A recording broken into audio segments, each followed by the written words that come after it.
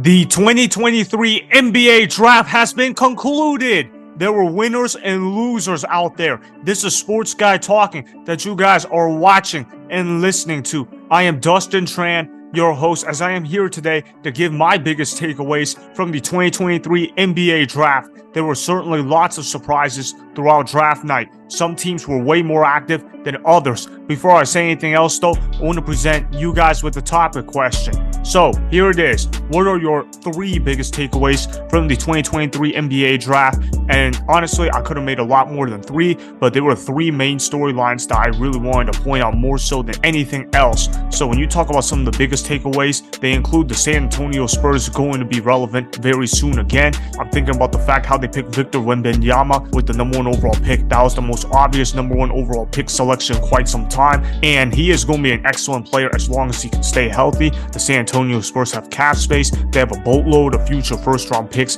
in their hands, and they could attract some stars to come to San Antonio if they wish to go do so. Although if I'm the San Antonio Spurs, I would wait until Victor Wembanyama is fully developed, because if he's fully developed, then you bring on some other superstars to join the San Antonio Spurs. That is going to be a really good core for years to come. When you talk about the San Antonio Spurs, man, there's a reason why they've been irrelevant the last 4 years. You know why they've been irrelevant the last 4 years? Because they've missed the NBA playoffs. And you want to know why they missed the NBA playoffs? That was because they did not have a superstar in their hands. But that changed last night with the San Antonio Spurs picking Victor Wembanyama. They are now back on the map on a national level, and now people can return back to caring about the San Antonio Spurs. This San Antonio Spurs team is going to be so good and so well coached this upcoming year that I think they could possibly contend for a play-in spot. Yes, you guys heard me correctly. The San Antonio Spurs are going to go back to a play-in tournament for the first time since 2 years ago.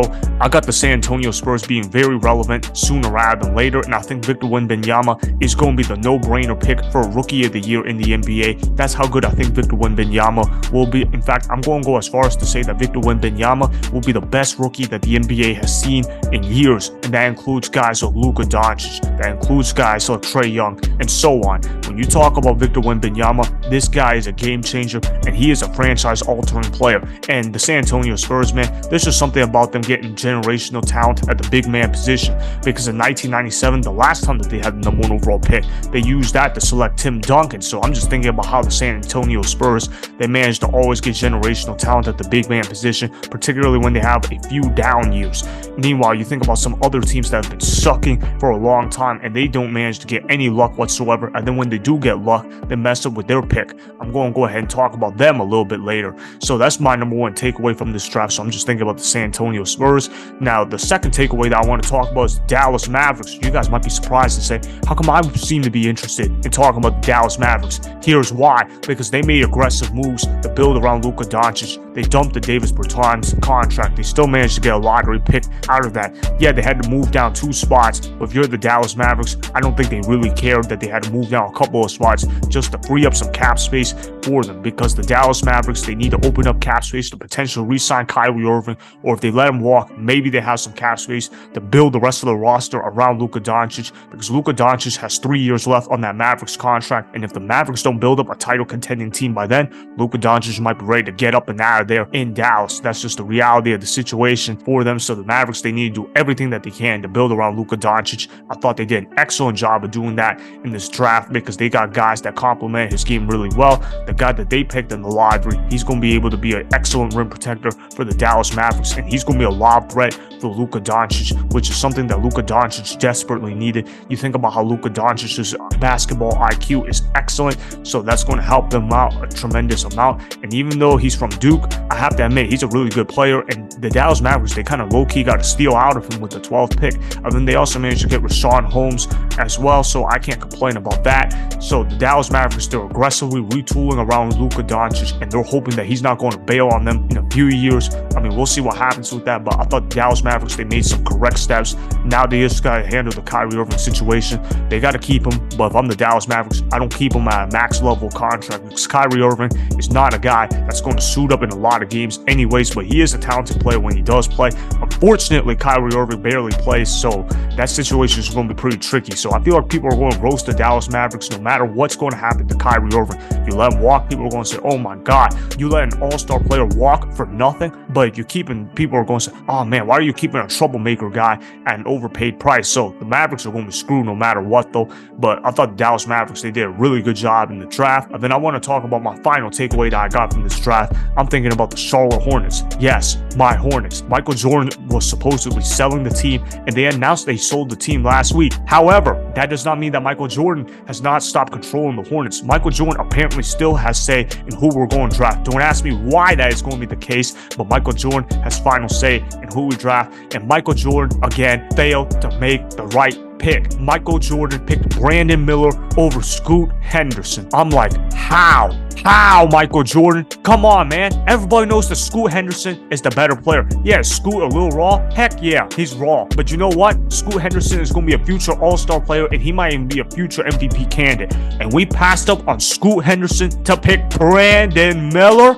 Brandon Miller? Come on, Michael Jordan. Come on, man. You got to do better than that. I mean, Brandon Miller, he might be a fine player one day, but you think about all his off-the-court distractions that are going on, and that his ceiling is only Paul George, but his floor might be a lot lower than that, and Michael Jordan is willing to risk the number 2 overall pick on Brandon Miller. Unbelievable, man. Unbelievable. So I'm just thinking about how the Charlotte Hornets screwed up big time with that selection. And this is why bad organizations stay bad, because they make dumb pick after dumb pick. This reminds me of the year where the Sacramento Kings picked Marvin Bagley Jr. ahead of Luka Doncic simply because he fit their offense better than Luka Doncic. This is unbelievable, man. Man, when you are in a rebuilding situation, you have to go for best player available. You cannot go for need.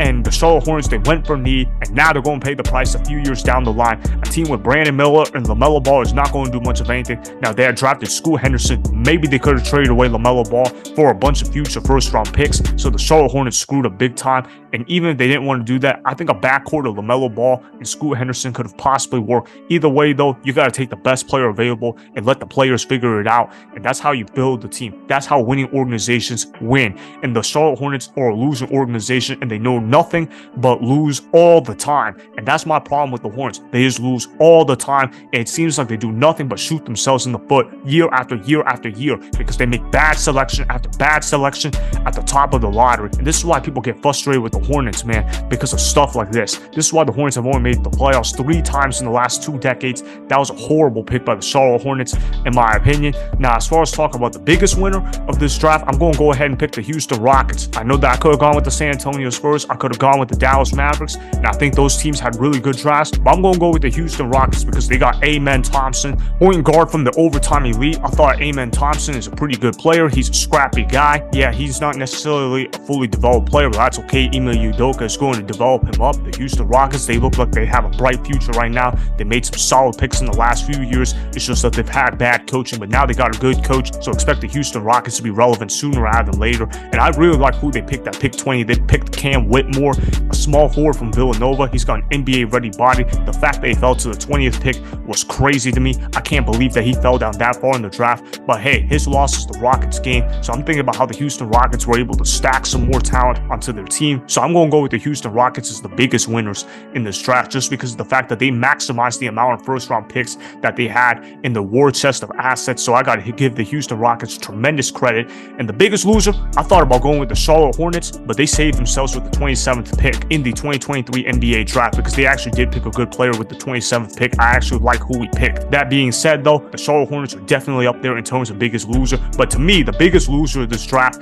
is the Washington Wizards, because they picked a guy from France with the 7th overall pick, Bilal Coulibaly. I believe that's how you say his name, but he's basically a raw project. They're basically anticipating that he's going to be the second coming of Giannis Antetokounmpo, which, by the way, is not going to happen. And then with the 42nd overall pick, they picked Tristan Vucevic, a power forward / center from Serbia. I believe that's how you say his name.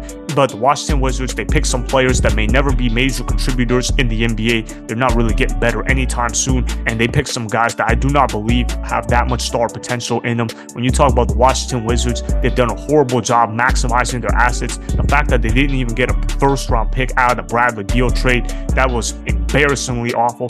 Then they went ahead and traded away Chris Paul, and they got a future first-round pick that might never convey, and they got a horrible horrible contract in Jordan Poole. Now, do I think Jordan Poole can become a good player one day? Possibly. Do I think he can do it for the Washington Wizards? Yeah, I kind of have doubts about that. Yeah, he might be able to put up numbers, but in terms of actually contributing in wins and losses, yeah, I don't think that's going to happen for Jordan Poole whatsoever. And then they traded away Kristaps Porzingis. They didn't even get a first-round pick out of that. So the Washington Wizards, they just seem like they don't know what they're doing whatsoever. It just sounds like they're slapping down some trades and slapping down some assets, and they're saying, okay, here's a team. And it seems like they're trying to tank for a number 1 overall pick that doesn't seem to have a generational talent out there in the 2024 draft. I don't know. It just seems really confusing to me what the Washington Wizards are trying to do. And I'm also thinking about the fact how the Wizards traded up to the 7th pick just so they could pick a project when they had Jarris Walker sitting right there with the 8th overall pick. Jarris Walker is a better player than who the Washington Wizards selected. It's really that simple. The Washington Wizards, it seems like they're trying to go ahead and tank, but they don't actually seem to have a real plan in place. Again, this is another bad organization staying bad because they make bad choices year after year in the draft. So that is why I have those 3 takeaways as my biggest takeaways, as I have the Houston Rockets being the biggest winner, while I have the Washington Wizards being the biggest loser in the 2023 NBA draft. Remember, go ahead and subscribe to Sports Guy Talking, like the video, and please comment down below. If you guys do that, I may shout you guys out in my Instagram story every Monday. That'll be for the @DustinTran Instagram account. Make sure to follow me on Instagram @DustinTran and @Sports Guy Talking. Also, go follow me on Twitter @DustinTran. Again, go ahead and do those things that I just told you guys to go do. Hopefully, you guys enjoyed the content that was just produced. Peace out.